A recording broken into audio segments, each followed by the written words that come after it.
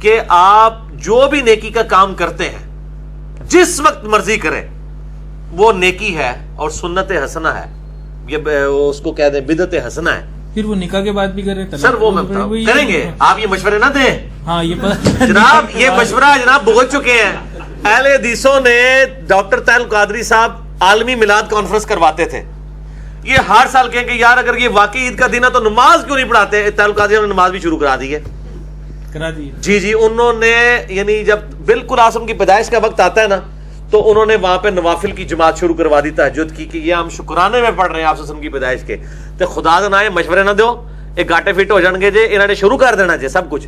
اب مسئلہ ہے کہ ان کا گیئر لگ چکا ہے الٹا، اب وہ سارے معاملات کرتے جا رہے ہیں. اس کو جواب ان کو یہ نہیں دینا، آپ ان کو وہ جواب دیں جو یہ کر نہیں سکیں گے. اور انجینئر صاحب تو ہم دس دینے، ان سے کہیں کہ آپ جنازے کی جو نماز ہے اس کی بھی اذان شروع کروائیں، اور عید کی جو نماز ہے اس کی بھی اذان شروع کروائیں، اور اقامت بھی شروع کروائیں.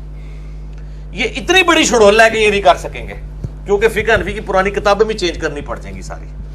تو ان کو کہ یار سنت حسنہ ہے، اذان کی آواز سے بخاری مسلم میں حدیث ہے شیطان کتنے کلومیٹر یعنی وہ 40 میل دور بھاگ جاتا ہے، اس کی ہوا خارج ہو جاتی ہے. تو یار جنہوں نے آنا ہی سال کے بعد مسجد میں ہوتا ہے عید کے لیے اذان ہی کو نہیں دیتے، آپ شیطان نساؤ یار، شروع کراؤ.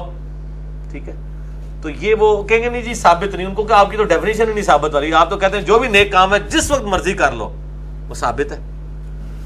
اچھا بریلوی مساجد میں کیا ہوتا ہے کہ جمعے کی نماز کے بعد درود و سلام پڑھا جاتا ہے کھڑے ہو کے، یہ آپ کے علم میں ہے یہ کب سے سٹارٹ ہوا؟ یہ طریقہ کار کس نے نکالا؟ کیا ہے یہ کچھ جس نے بھی نکالا جی انہوں نے ہی نکالا ہوا ہے، ان کو پتا ہے کہ انہوں نے سب کچھ کام شروع کیا ہے. اب مسئلہ یہ تو ہے نہیں، وہ تو ان کی تو یہ مسئلہ ہی نہیں ہے نا کہ کب نکلا ہے. وہ کہتے ہیں آج بھی آپ نکال دینا کوئی چیز تو جائز ہے. جائز ہے. دیکھیں دعوت اسلامی والوں نے اقامت سے پہلے درود و سلام شروع کر دیا. پہلے اذان سے پہلے تھا نا، اب اقامت سے پہلے بھی کیا. یہ تو آپ تب ان کو بتائیں نا کہ یہ آپ نے کل شروع کیا، وہ کہیں گے جناب اسی کل ایک اور شروع کرنے لگے جائے دسو. جب انہوں نے ایک فارمولہ ہی ایسا بنا لیا ہے، آپ مرض کو پکڑیں. انہوں نے فارمولہ ایسے بنا لیا ہے کہ وہ سب کچھ کریں گے، اس فارمولے کو پکڑیں. یہ میں آپ کو بتاتا ہوں، میں نے بدعت کے اوپر مسئلہ 75A اور B 5 گھنٹے کی گفتگو ریکارڈ کروائی ہے. ان کا پتہ کیا فارمولہ؟ یہ کہتے ہیں کہ جو بھی کام نیکی کا ہے اگر وہ منع نہیں تو آپ کر سکتے ہیں. یہ انہوں نے ڈیفینیشن بنا لی ہے. ہم کہتے ہیں کہ آپ صلی اللہ علیہ وسلم نے ایک جملے سے ہی منع فرما دیا ہے.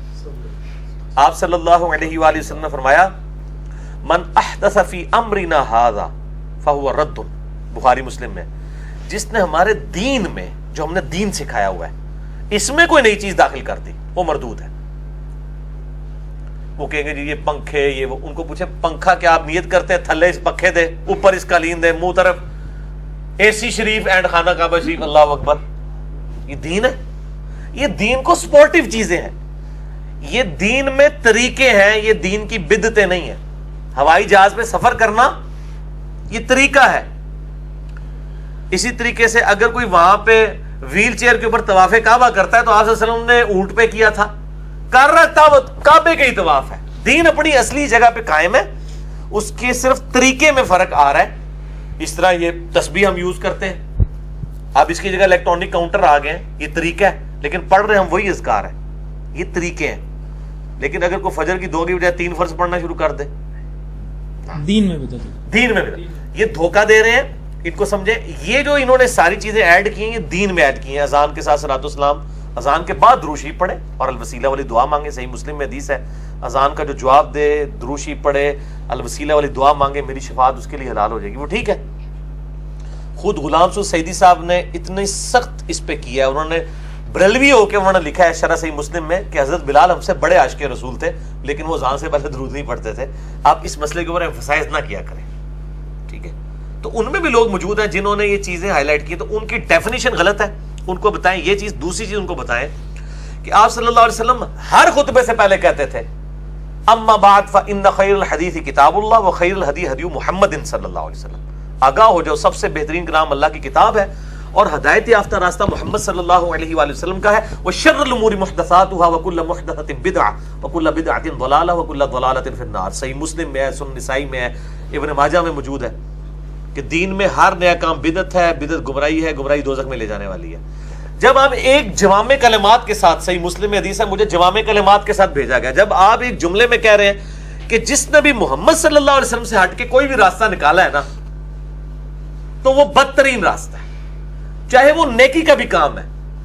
اب کوئی کہ میں زور کے 4 کی بجائے 5 فرض پڑھوں یا 6 پڑھ دوں یا مغرب کے 3 کو میں 4 کر دوں، چاہے وہ نیکی کا کام کر رہا ہے لیکن وہ مردود ہے، کیونکہ رول ماڈل پروفٹ کی ذات ہے صلی اللہ علیہ وآلہ وسلم. بخاری مسلم میں حدیث ہے، آپ صلی اللہ علیہ وسلم نے ایک دعا تعلیم فرمائی، اس میں الفاظ تھے بنبی کا ارسلتا، ایمان لائے میں اس کتاب پہ جو تیرے نبی کے ساتھ نازل ہوئی. صحابی نے جب وہ دعا ریپیٹ کی نا تو پڑھ دیا برسولی کا ارسلتا، اس سے بھی بہتر دعا کر دی. نبی تو 1,24,000 ہے لیکن رسول 315 ہے، رسول سپرلیٹو ڈگری ہے. آپ صلی اللہ علیہ وآلہ وسلم نے فرمایا تم وہی کہو جو میں نے تعلیم فرمایا، تم نے میرے الفاظ کیوں بدلے؟ انہوں نے آگے آرگومنٹ نہیں کیا کہ یا رسول اللہ علیہ وسلم میں نے تو بہتر مطلب کہا ہے، اس دے چلے نمبر لے گئے، یہ نہیں انہوں نے آگے سے کہا. ان کو پتا تھا کہ یار یہ بڑا سینسٹیو ایشو ہے. پھر جامع ترمذی میں حدیث ہے، ایک صحابی حضرت عبداللہ بن عمر کی موجودگی میں ایک بندے کو چھینک گئی، اس نے کہا الحمدللہ والسلام علی رسول اللہ. عبداللہ بن عمر نے کہا کہ میں بھی درود شریف پڑھتا ہوں لیکن یہاں پہ آپ صلی اللہ علیہ وسلم نے درود نہیں تعلیم فرمایا، الحمدللہ ہی کہو. اب یہ بریلوی کوئی ہوتا نا وہ کہنا جی تسی بڑے بڑے منکر ہو، درود ہے، درود دسو منع کتنے ہے پڑھنا، یہی کہتے ہیں نا. جب ہم کہتے ہیں کہ جی جمعے کے بعد درود پڑھنا، درود و سلام پڑھنا تعلیم نہیں فرمایا، وہ کہتے ہیں نہیں درود و سلام تو ہر وقت اللہ پڑھ رہے ہیں، فرشتے پڑھ رہے ہیں. ایک گل عبداللہ بن عمر کو بھی سمجھاؤ نا، ان کو تو اس نے آگے سے نہیں کہا کہ آپ درود کے منکر ہیں، ان کے بلکہ پہلے ہی وہ ڈیفینسو موڈ میں چلے گئے. ان کا میں بھی کہتا ہوں والسلام علی رسول اللہ، لیکن یہاں پر نہیں. تو یہ بڑے یعنی جس کو کہتے ہیں نا کہ بڑی جرت کر رہے ہیں. پھر اس سے بڑی جرت ہے کہ دین میں ایک چیز داخل کرتے ہیں جو نہیں کرتا اس پہ پھر قدغن لگاتے ہیں. یہ ویسے کہتے ہیں ہم کب کہتے ہیں میلاد منانے کو واجب ہے، ہم تو کہتے ہیں مستحب کام ہے، کر لو ثواب، نہ کرو تو کوئی گناہ نہیں.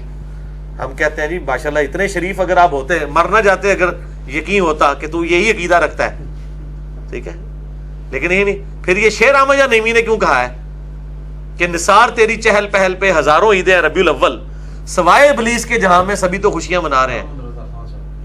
نہیں احمد رضا خان نہیں، مفتی احمد جان نیمی کا شعر ہے، نہیں ان کا نہیں ہے، احمد جان نیمی کا، مجھے پتا ہے. نثار تیری چہل پہل پہ ہزاروں عیدیں ربیع الاول، سوائے ابلیس کے جہاں میں سبھی تو خوشیاں منا رہے ہیں. یہ احمد بریلوی صاحب ان کا شعر ہے، مفتی احمد جان نیمی صاحب کا، اور انہوں نے جال کے اندر نقل کیا.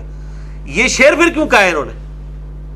یہ تو نہیں کہنا چاہیے ان کو، ابلیس تو کہہ رہے ہیں. سلوگن بھی یہی ہوتا ہے ان کا، ہاں. ہر جگہ لکھا ہوا بھی یہی. تو پھر مستحب، ایک مستحب کام کوئی نہیں کر رہا اس کو آپ ابلیس کہہ رہے ہیں، ٹھیک ہے، اور وہ ایسا کام جو خود آپ مانتے ہیں کہ 650-700 سال کے بعد شروع ہوا ہے، ٹھیک ہے، اور آپ اس کے اوپر قدغن دوسروں کے اوپر لگا رہے ہیں. کہتے ہیں لیکن بعد میں اس کو حصہ بنا لیتے ہیں.